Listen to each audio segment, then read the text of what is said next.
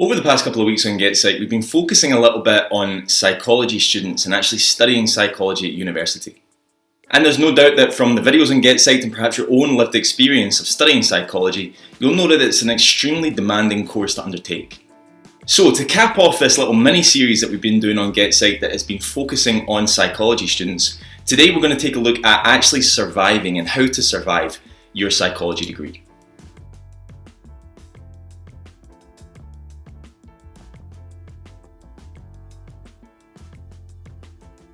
Guys, welcome to another week's episode of GetPsyched, and like I said, this week we're going to be taking a look at surviving your psychology degree.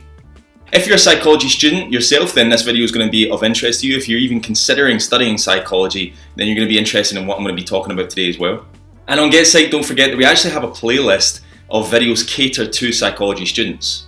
We look at things like developing your mental health as you study psychology, and we also look at things like the difference between qualitative and quantitative.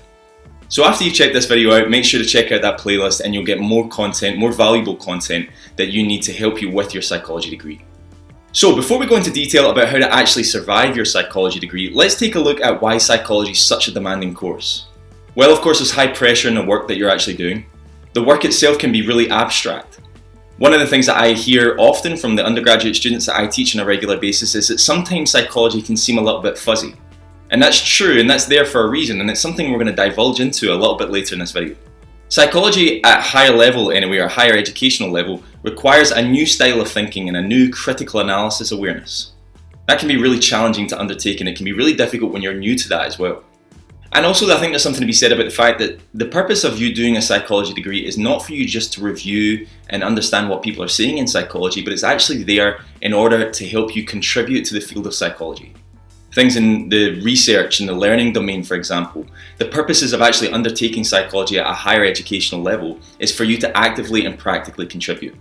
And that can make, all of these factors actually, can make psychology a really challenging degree and postgraduate degree to undertake. Another key thing here to consider is that technically there's no real wrong answers in psychology. So long as you can back it up with literature and you can back it up with a sound understanding, there are numerous different answers to set questions in psychology. But again, this can make things very abstract. Again, this can make things really challenging and really hard to get your head around certain concepts in psychology. And also there's something to be said about the empirical backing of psychology. It is vital that you immerse yourself in empirical literature and have a sound critical understanding of the literature in any of the domains that you're learning in psychology. So that's a little bit of a synopsis about how challenging psychology can be at university. So how do you actually survive all of this? Well, my first key point here is that you need to start your work early. Starting early in any form of work, but especially in psychology, is super key. So often, excess stress is there for people who study psychology because they leave things to the last minute. Now, don't get me wrong, this is the case with other degrees as well, but I do think that with psychology, this is a little bit different. Like I said earlier, psychology is abstract. It can be a little bit fuzzy and hard to grasp. And as a result, if you leave things to the last minute, it's really hard for you to conceptualize ideas and formulate understandings. The abstract nature of psychology requires you to start your work early.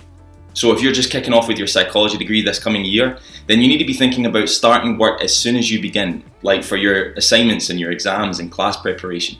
Ensure that you're starting your work early. Start planning out your exams and your essays in advance, and you're going to save yourself a huge amount of time. For me, I'm doing a counselling psychology doctoral trainee program at Glasgow Caledonian University, and I still, to this day, every time I finish my essay, I'm thinking about the next one. And I might not start writing it for a couple of weeks, but at least I'm thinking about the structure, I'm thinking about what I'm going to need to include. I'm ensuring that I start my work as early as I can. Another thing that you need to be considering here is managing your stress levels, and you're not going to manage your stress levels if you leave things to the last minute. Make sure to check out a video I did a couple of weeks ago on actually managing and maintaining your mental health as you study psychology, and hopefully that will give you a little bit more insight. Another key point here on surviving your psychology degree is to utilize extra support. Utilize your tutors. Seek out help and guidance from them where you can. Sometimes on psychology degrees and psychology programs, you're actually assigned a personal tutor. Now this happens at the very start of the year, and sometimes students can forget that they actually have a specific tutor assigned specifically to them. It's important that you keep this in mind because it's a really good tool, it's a really good interaction that you can have with someone to just get a little bit of a better understanding. Maybe you're stuck on an assignment, maybe you're struggling with one of the topics. Speaking with your personal tutor can be really helpful. Also, make sure to meet regularly with them. I have a personal tutor for my doctorate, and I meet them 3 or 4 times a semester, maybe even more sometimes, especially if I have assignments coming up. I want to be meeting them on a regular basis to check over a few things. You might also want to start considering accessing additional learning support services. These services can really help you structure and plan essays. I know for me anyway, that's been really helpful. The structure of my arguments and the structure of my essays has always been a weak point for me. So actually accessing additional learning support services has been really beneficial. Okay, my next point in surviving your psychology degree is self-care. If you work all the time, if you're consistently immersed in your studies and work, your work is subsequently going to suffer. You need to take time out from your studies. Especially when you study psychology, often what can happen is it can highlight some of the issues that you have on yourself. As a result, you need to be focusing on self-care. You need to be considering self-care and putting it as part of your plan for progressing in your degree. Now, one thing I want to say here about self-care is that self-care is not necessarily just doing nothing. I personally am a huge believer in contrast in life. And self-care to me means doing something that's opposite to your studies, doing something that's a bit different. For example, I love studying psychology, but I also love working out at the gym.